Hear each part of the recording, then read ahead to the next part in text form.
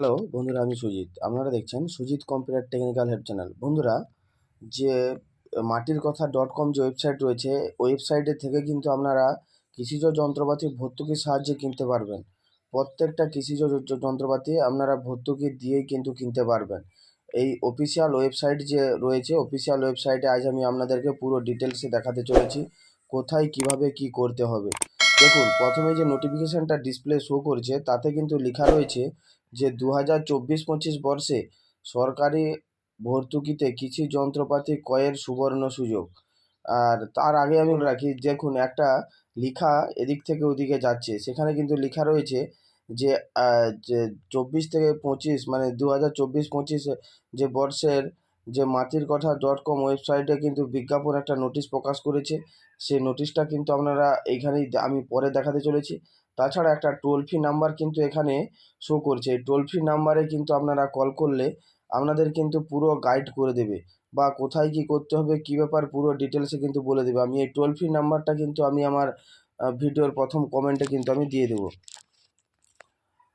এবার আসি মূল বিষয়ে। দেখুন, এখানে কিন্তু 4টা প্রকল্প বলে দিয়েছে, 4টা পদ্ধতি বলে দিয়েছে, বা 4টা প্রকল্প বলে দিয়েছে। এই প্রকল্পগুলির যে আওতায় যদি কোনো জিনিস কিনতে চান তাহলে কিন্তু আপনারা কিনতে পারেন। এখানে কি বলেছে, ক্ষুদ্র কৃষি যন্ত্রপাতি ক্রয়ের জন্য এককালীন আর্থিক সহায়তা প্রকল্প। ছোট কৃষি যন্ত্রপাতি কেনার দামে 50% ভর্তুকি, সর্বাধিক 10,000 টাকা পর্যন্ত সাহায্য করতে পারে। দেখুন, এখানে ছোট যন্ত্রপাতি বলতে ধরুন স্প্রে মেশিন, তারপরে এমনি ধান ঝাড়া মেশিন, এরকম কিছু কিছু ছোটোখাটো যে মেশিনগুলো রয়েছে যার মূল্য মোটামুটি একটা 20,000-25,000 টাকার মধ্যে, তাহলে কিন্তু 50% ভর্তুকি দিবে।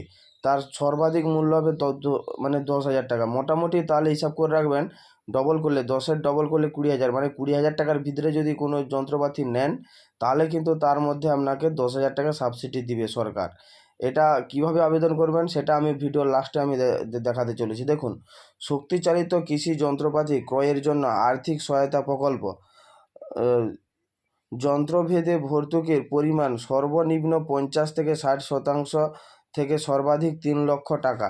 দেখুন, এখানে শক্তিচালিত মানে বৈদ্যুতিক চালিত যদি কোনো জিনিসপত্র কিনেন, কৃষিজ যন্ত্রপাতি যদি কিনেন, যেমন ধরুন পাম্প যদি বৈদ্যুতিক মানে সোলার সিস্টেমে যদি আপনি চালাতে চান, তাহলে কিন্তু সেই সব জিনিস কিন্তু আপনারা সর্বাধিক 3 লক্ষ টাকা পর্যন্ত কিন্তু ছাড় পাবেন, যা মূল্যের 50 থেকে 60% কিন্তু আপনাকে ছাড় দিবে।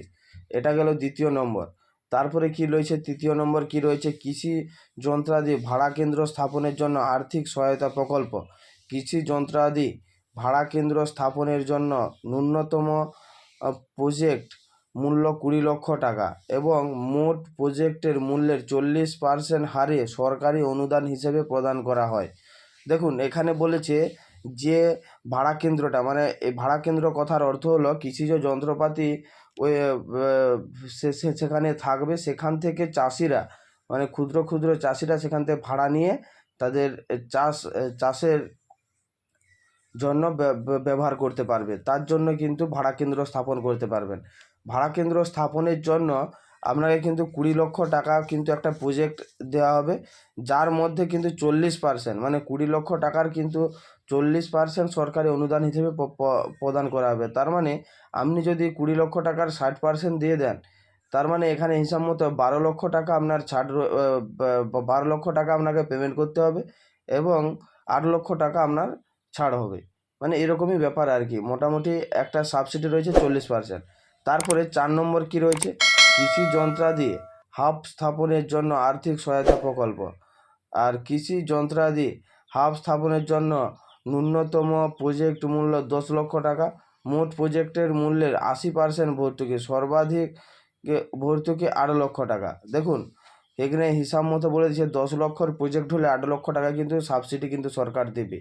হ্যাঁ, কৃষকের কথা মাথায় রেখে মাননীয় মুখ্যমন্ত্রী মমতা বন্দ্যোপাধ্যায় এই সমস্ত প্রকল্পের ঘোষণা করেছে, যাতে কৃষকদের কোনো সমস্যা না হয় বা তারা যেন সহজেই চাষবাস করতে পারে। তারপরে কি বলেছে দেখুন, আরও আপডেট কিন্তু রয়েছে, আমি আপনাদেরকে দেখিয়ে দিচ্ছি। দেখুন, এখানে যদি আপনি আসেন নোটিফিকেশানের উপরে ক্লিক করলে আপনাদের সামনে কিন্তু এরকম একটা ইন্টারফেস অন হবে। এখানে অনেকগুলো অপশান রয়েছে, ডেথ বেনিফিট রয়েছে, তারপরে এখানে যদি মারা যায়, দেখুন ডেথ বেনিফিটটা কিভাবে পাবেন। যাদের কৃষক বন্ধু আইডি রয়েছে, কৃষক বন্ধু টাকা পেতেন, 60 বছর বয়স হয়নি, অপঘাতে মৃত্যু হয়েছে, মানে যে কোনো প্রাকৃতিক কারণে কিন্তু মৃত্যু হয়েছে, তাহলে কিন্তু আপনারা অবশ্যই এখান থেকে 2 লক্ষ টাকা পেয়ে যাবেন। এবং কারা কারা পেয়েছে, কিভাবে পেয়েছে, পুরো নাম কিন্তু এখানে শো করেছে, কোন কোন ব্লকে পেমেন্টগুলো গেছে তারা কিন্তু এখানে শো করছে।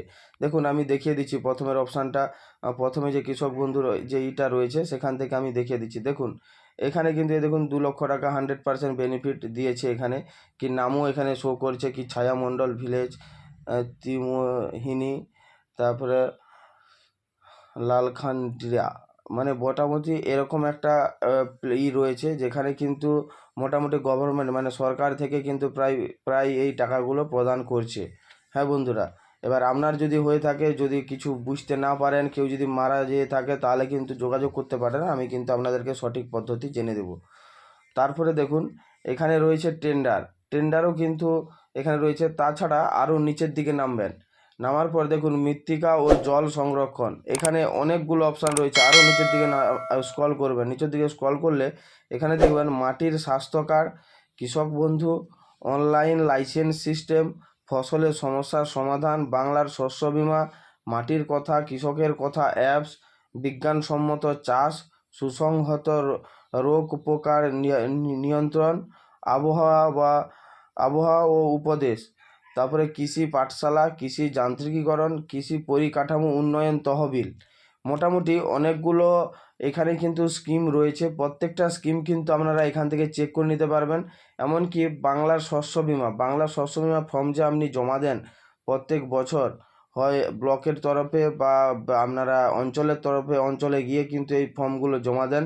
আপনার প্রকৃত অ্যাপ্লিকেশানটা হয়েছে কিনা আপনারা কিন্তু এখান থেকে চেক করে নিতে পারবেন। পুরো সরকারি আপডেট কিন্তু এখানে রয়েছে। হ্যাঁ বন্ধুরা, এই যে আপডেটটা আমি আপনাদেরকে দিলাম, বা এর পরের ভিডিওতে, এখনও কিন্তু অনলাইন অ্যাপ্লিকেশানের কিন্তু কোনো পদ্ধতি চালু হয়নি। অনলাইন অ্যাপ্লিকেশান চালু হয়ে গেলে কিন্তু আমি আপনাদেরকে ইনফর্ম করে দেবো। আর এই আপডেটটা যদি আপনাদের ভালো লেগে থাকে, অবশ্যই আমার চ্যানেলটি সাবস্ক্রাইব করবেন এবং পাশে থাকা বেল আইকনটি অপশানটি অন করে রাখবেন, যাতে এরকম আপডেট আপনারা অনায়াসেই পান। থ্যাংক ইউ বন্ধুরা, ধন্যবাদ।